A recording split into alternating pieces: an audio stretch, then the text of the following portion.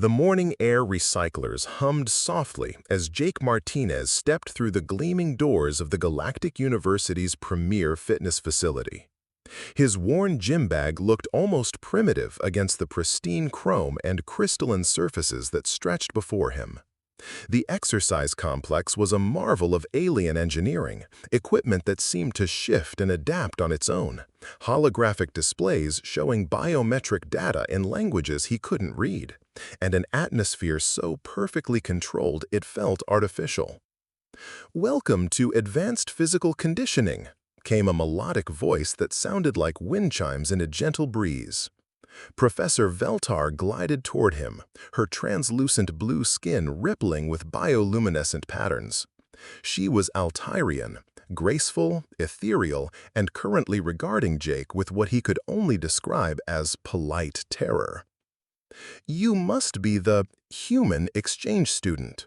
The word human dripped from her lips like she was announcing the arrival of a natural disaster. Jake shifted his weight, causing several nearby alien students to flinch at the sound of his sneakers squeaking against the floor. "Yes, ma'am," Jake Martinez, really looking forward to this class. The gymnasium fell silent except for the soft humming of environmental systems. 23 pairs of alien eyes, some compound, some crystalline, some existing in spectrums he couldn't see, fixed upon him with expressions ranging from fascination to outright horror. The student body was diverse in ways that still amazed Jake after months at the university. Zephyrians with their delicate feathered crests and gossamer wings tucked nervously against their backs. Silicates whose crystalline forms caught and refracted the light into dancing rainbows. Nebulans floating in their mobility suits, their gaseous forms swirling with what he was learning to recognize as agitation. Whispers began rippling through the crowd in a dozen different languages, but his universal translator caught the fragments that mattered. "That's really a Deathworlder. Look at that bone density. I heard they can survive crushing gravity. My research says they hunt for entertainment. Terrifying." Jake tried his most non-threatening smile, which only seemed to make things worse. Several students actually took a step backward. Professor Veltar's skin deepened to a darker blue. He would later learn this was their species' equivalent of breaking into a cold sweat. "Class, please welcome Jake to our conditioning program." Her voice carried forced cheer that fooled absolutely nobody. "I thought we might start with some modified exercises today, perhaps the gentlest introduction protocols."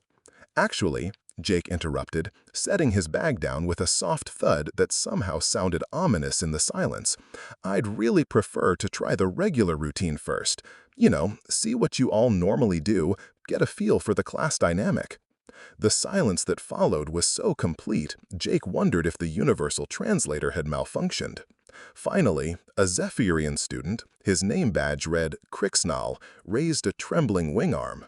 His feathered crest had gone pale yellow, cycling through what Jake was beginning to recognize as distress colors. "Professor, is this safe? I mean, what if he—" "Accidentally what?" Jake asked, genuinely puzzled by the fear in the young alien's voice. Crixnal's voice dropped to barely above a whisper. "Destroys something. Or someone." Professor Veltar's bioluminescent patterns began flickering rapidly, pure nervous energy made visible.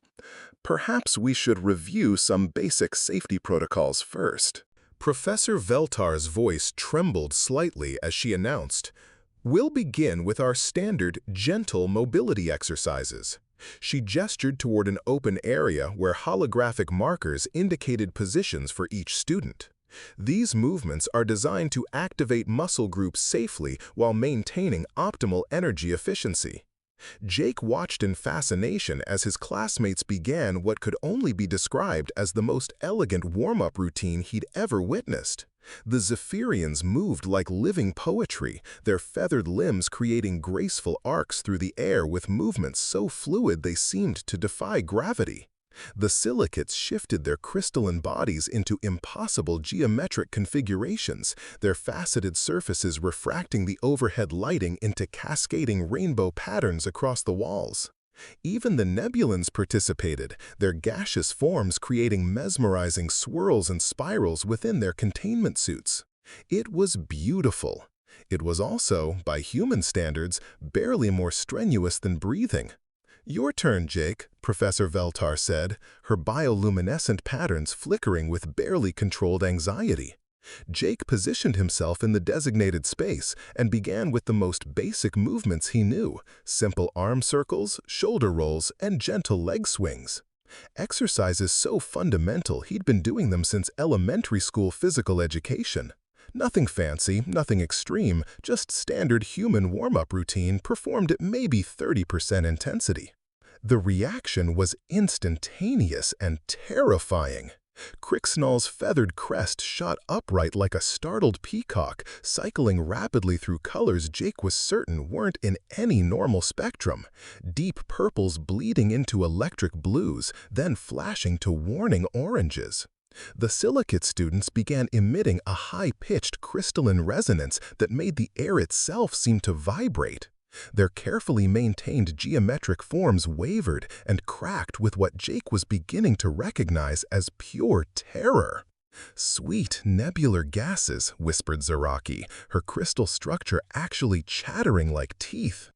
"Look at the muscle fiber activation patterns. The power generation ratios are completely off our measurement scales. Is he even trying?" Nephilos asked from within his mobility suit, his gaseous form compressed into the tightest possible configuration. "Because if he's holding back?" Jake stopped mid-movement, genuinely concerned. "Hey, everything all right? Am I doing something wrong here?" The silence stretched uncomfortably. Professor Veltar's skin was now cycling through rapid sequences of blue shades like a biological mood ring having a seizure. No, you're performing adequately. Perhaps we should advance to the strength assessment portion of our curriculum?" She led them toward a collection of devices that looked more like abstract sculptures than exercise equipment. Each machine was clearly engineered for specific alien physiologies, some with attachment points for multiple limbs, others designed for beings that seemed to exist in several dimensions simultaneously.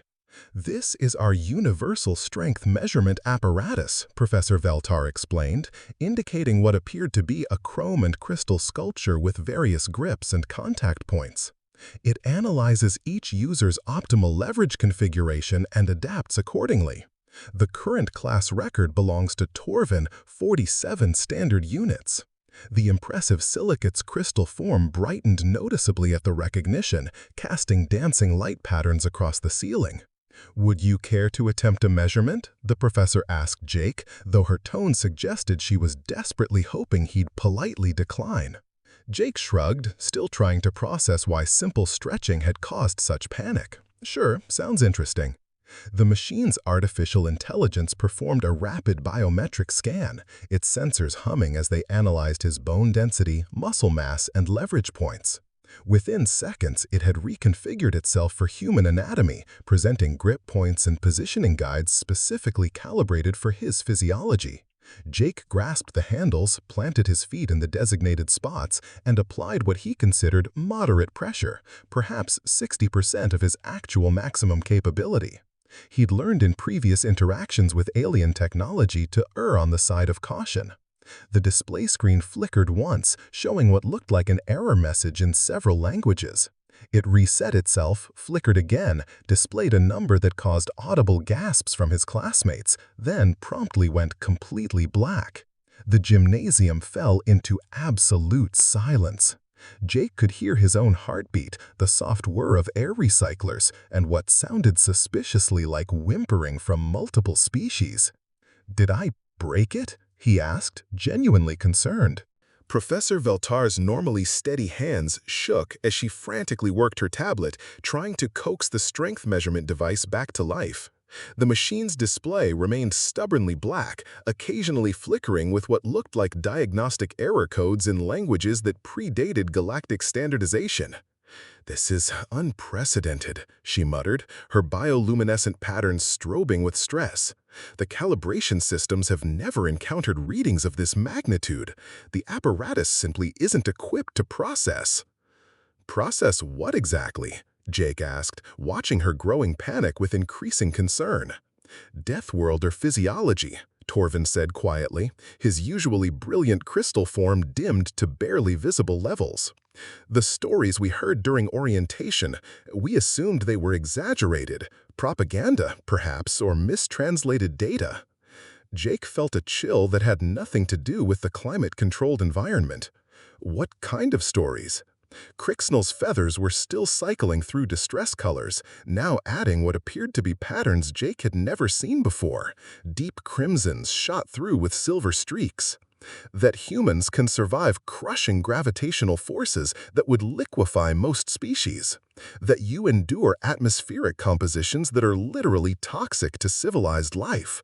That your bodies can function in temperature ranges that span from near absolute zero to molecular breakdown levels. And that you do it all while maintaining psychological stability, added Zaraki, her crystal structure resonating with what sounded like horrified fascination. Most species require extensive technological augmentation just to survive minor environmental variations. Nepholos compressed himself even further within his containment suit. The reports say humans can run continuously for rotational periods without rest, fight off predatory creatures using only natural body weapons, and heal from injuries that would be permanently crippling to other species. Jake looked around at the terrified faces surrounding him, feeling more isolated than he had since arriving at the university.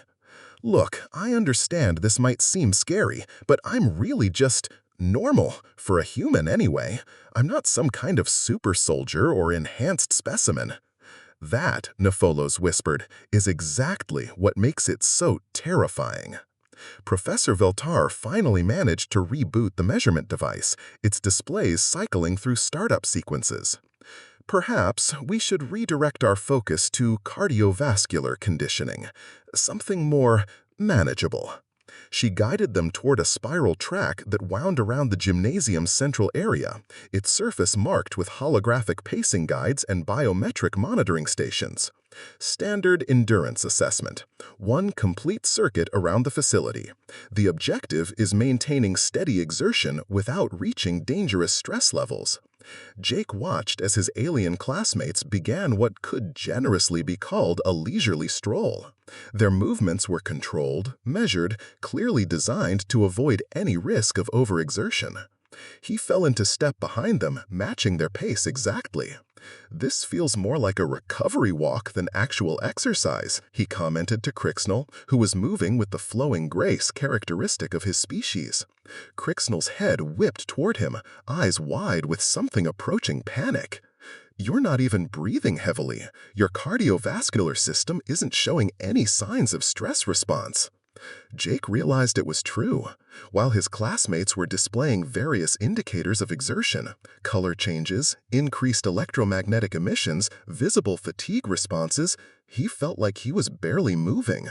His heart rate hadn't even reached what humans would consider a warm-up level. "Should I slow down?" he asked, genuinely concerned about keeping pace with the group. "You're already maintaining the minimum sustainable velocity," Professor Veltar called out, her own breathing becoming labored despite the gentle pace. "Any reduction in speed would require backward locomotion." As they completed the circuit, Jake noticed something that genuinely alarmed him. Several of his classmates were struggling with what seemed to be basic movement. Torvin's crystal form had dulled significantly, and concerning wheezing sounds were emanating from Nepholus's breathing apparatus. "Are you guys actually okay?" Jake asked, stopping completely. "Because you seem like you might need medical attention."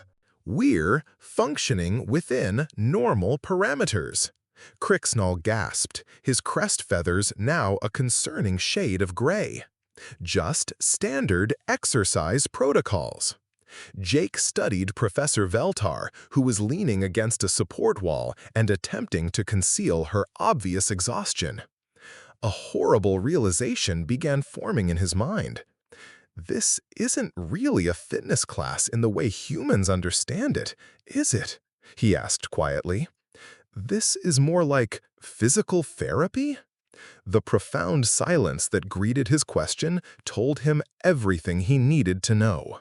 The extended break that followed felt more like a medical recovery period than a simple rest. Jake watched his classmates collapse onto various species-specific rest stations scattered throughout the facility. Crystalline charging platforms for the silicates, atmospheric regulation pods for the nebulans, and elegant perching structures for the Zephyrians. Some were literally steaming with exertion, others flickering weakly like dying light bulbs. Jake settled cross-legged on the floor, a position that caused several students to stare in amazement at his apparent joint flexibility and balance. The simple act of sitting without technological assistance seemed to fascinate them almost as much as it terrified them. "I think I'm starting to understand something here," Jake said, his voice cutting through the quiet hum of recovery equipment. "This isn't really a gym class the way humans would conceptualize it, is it?" Professor Veltar's skin had finally returned to its normal blue hue, though stress patterns still flickered occasionally along her limbs. "Jake, you must understand our perspective. Most civilized species transcended the necessity for extreme physical conditioning millennia ago. Our worlds underwent complete environmental optimization, standardized gravity fields, climate control systems, atmospheric composition regulation." "So what do you do for physical fitness?" Jake asked, genuinely curious. "Mental conditioning primarily," she explained, gesturing toward holographic displays showing brain activity patterns. "Cognitive enhancement protocols, memory expansion techniques, creative expression development. The mind is considered the ultimate frontier for improvement." Zaraki's crystal form chimed softly, creating harmonious tones that seemed to help her relax. "My species eliminated natural predators from our ecosystem over 50,000 rotational cycles ago. The most physically demanding activity in our culture is reshaping our crystalline matrices for artistic performances." "Wait," Jake said, a horrifying realization beginning to dawn. "When you classify Earth as a death world, you mean it's actually considered legitimately dangerous by galactic standards?" Crixnell's feathers rustled weakly, still recovering from their earlier exertion.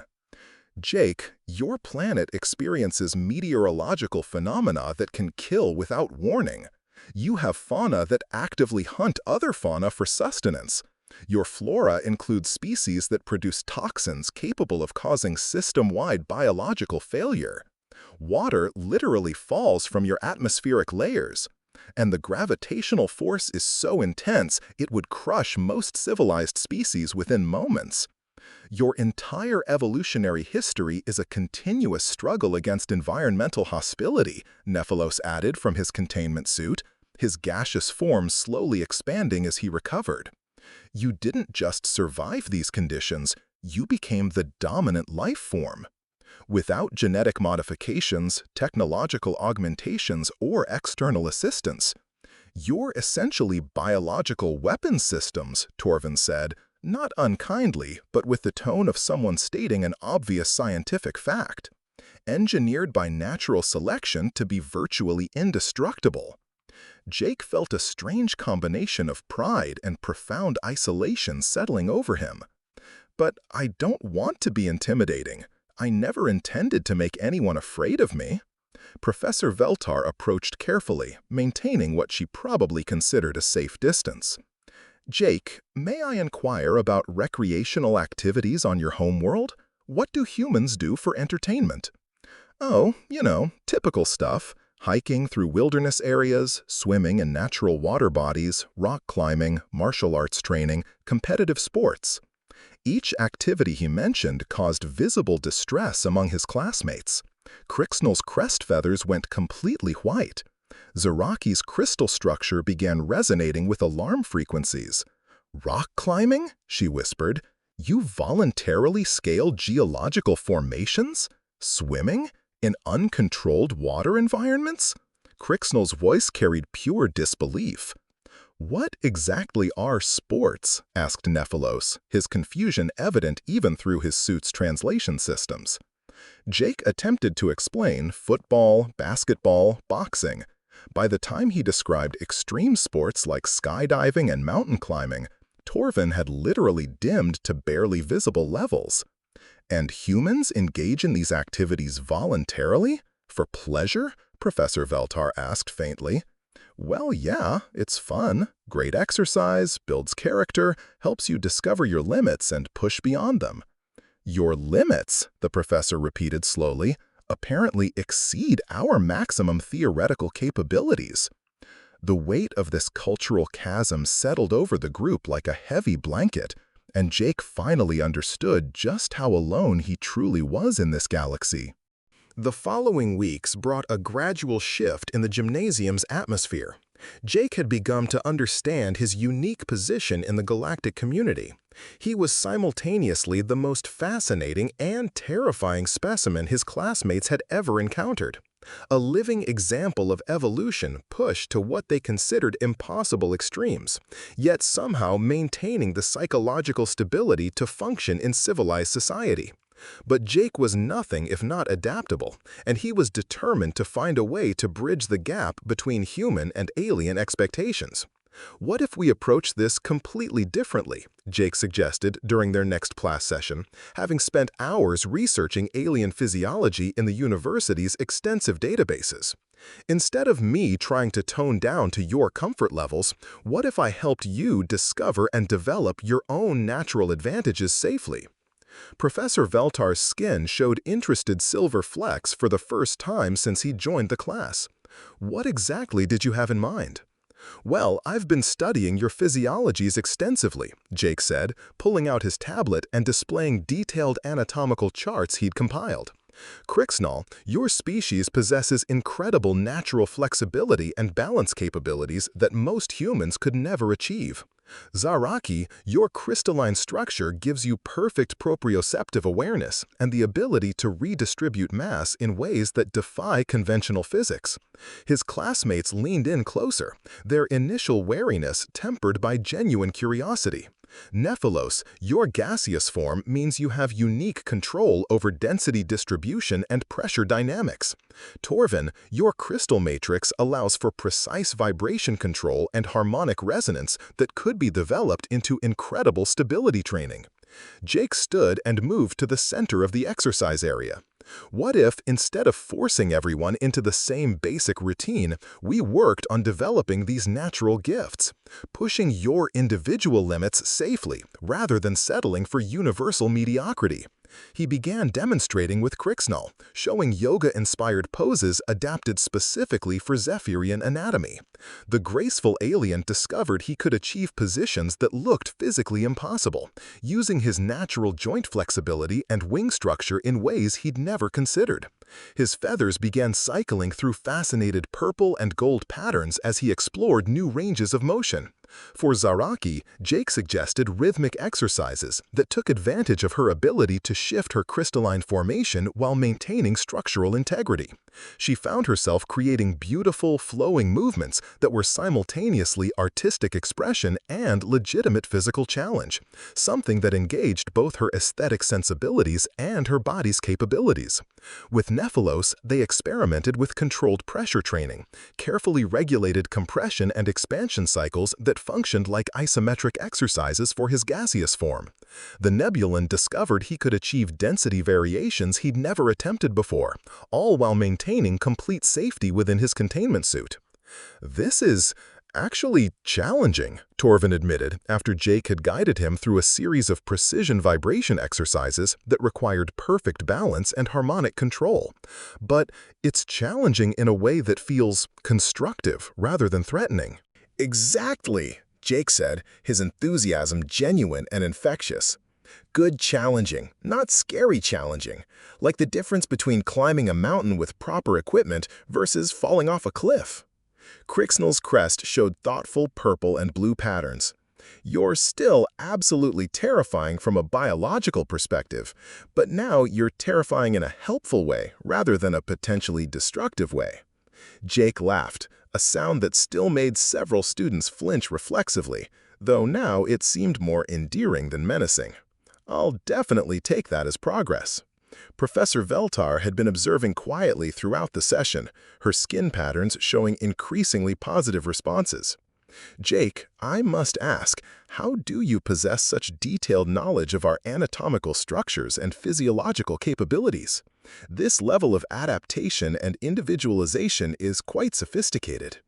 Jake shrugged, the gesture now familiar enough that it no longer caused panic. On Earth, anyone who wants to be an effective trainer or coach studies anatomy, biomechanics, and individual needs assessment. Every person is different, even within the same species. You'll learn to adapt your methods to bring out each individual's potential. Every person, the professor repeated slowly, as if the concept was revolutionary. That's not typically how galactic educational institutions approach training or conditioning protocols. Really? How do you usually handle it? Standardization, optimization, statistical analysis to determine the most efficient universal methodology and apply it across all participants. Jake considered this approach carefully. That sounds kind of limiting?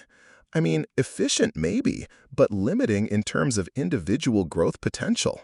Limiting, Zaraki chimed in, her crystal form resonating with what seemed like newfound understanding, but safe, predictable, minimal variables that might cause injury, failure, or unexpected outcomes. But also minimal opportunity for real growth, Jake pointed out gently. No chance to discover what you're actually capable of achieving when you push beyond the standard expectations. Word of the extraordinary transformation in Professor Veltar's conditioning class began spreading throughout the university's sprawling campus like ripples through still water. Other students started gathering outside the facility's transparent viewing panels, watching in fascination as the impossible unfolded before their eyes, aliens voluntarily engaging in challenging physical exercise, and actually enjoying it. I'm struggling to comprehend what I'm observing, Dean Mordock confided to Professor Veltar after spending an entire session pressed against the viewing windows. The Dean's four arms gestured in bewilderment as they watched Crixnall achieve a balance pose that defied several fundamental laws of physics. Your students appear to be deliberately seeking increased difficulty levels. They're voluntarily pushing beyond established safety parameters. Professor Veltar's skin showed confident silver patterns as she watched Jake guide Torvin through a complex harmonic resonance exercise. Jake has introduced us to a revolutionary concept called progressive overload, the theory that systematic, gradual increases in challenge lead to measurable improvement in capability. But why would any rational being desire improvement beyond optimal efficiency standards? The dean asked, his confusion evident in his rapid color changes. Professor Veltar paused, studying Jake as he encouraged Nephilos through a particularly challenging density manipulation sequence. I believe because achievement feels inherently satisfying, because there's profound psychological reward in accomplishing something you previously believed impossible. The dean's expression shifted through several phases of incomprehension. This represents a highly irregular deviation from standard protocols. The Galactic Education Council mandates standardized outcomes, measurable efficiency improvements, predictable results. Our measurable outcomes have actually exceeded all previous benchmarks, Professor Veltar interrupted quickly, pulling up holographic displays of class performance data. Cognitive function scores have increased by 37%. Stress resilience indicators show unprecedented improvement. Even academic performance across unrelated subjects has seen dramatic enhancement among all participants. But at what potential cost? The dean pressed. What if someone sustains injury? What if these unconventional methods result in unforeseen complications? As if the universe had been listening to their conversation, a sudden commotion erupted within the gymnasium. Nephilos had attempted a particularly ambitious compression exercise and had accidentally dispersed too rapidly, triggering multiple emergency protocols in his containment suit's safety systems. Jake's reaction was instantaneous and breathtaking. He moved faster than any of the gathered aliens had ever witnessed a sentient being move. Not the terrifying blur of uncontrolled power they had initially feared, but precise, calculated efficiency. He reached Nephilos's malfunctioning containment suit within microseconds, his hands already working the emergency controls with impossible expertise. "Easy breathing, focus on your core density patterns," Jake said calmly, his voice steady and reassuring despite the crisis. "Don't fight against the compression protocols, work with your suit's systems. You understand your body better than the technology does. You've got this." His hands moved across the suit's interface with the confidence of someone who had spent years studying emergency response procedures. Within moments, Nephilos had stabilized, his gaseous form swirling in healthy, controlled patterns within the containment system. "How did you know the correct emergency procedures?" Nephilos asked, his voice shaky but filled with gratitude. "My species' life support systems are completely different from human technology." Jake looked genuinely puzzled by the question. "Same basic principles apply to any respiratory distress situation. Stay calm, support the natural recovery processes, trust the body's ability to self-regulate with minimal intervention." Dean Mordock stared in absolute amazement. "You knew emergency response protocols for a species you had never encountered before this semester?" "It's just basic first aid," Jake said with a confused shrug. "Every human learns this stuff in school. How to respond to medical emergencies, help people who are injured or in distress, adapt standard procedures to unexpected situations." "Basic first aid," the dean repeated slowly. "Yeah, standard emergency response training. How to think quickly, assess situations, help others when something goes wrong." The dean's expression grew increasingly thoughtful as he processed this information. "Professor Veltar, I believe we need to schedule an immediate private consultation."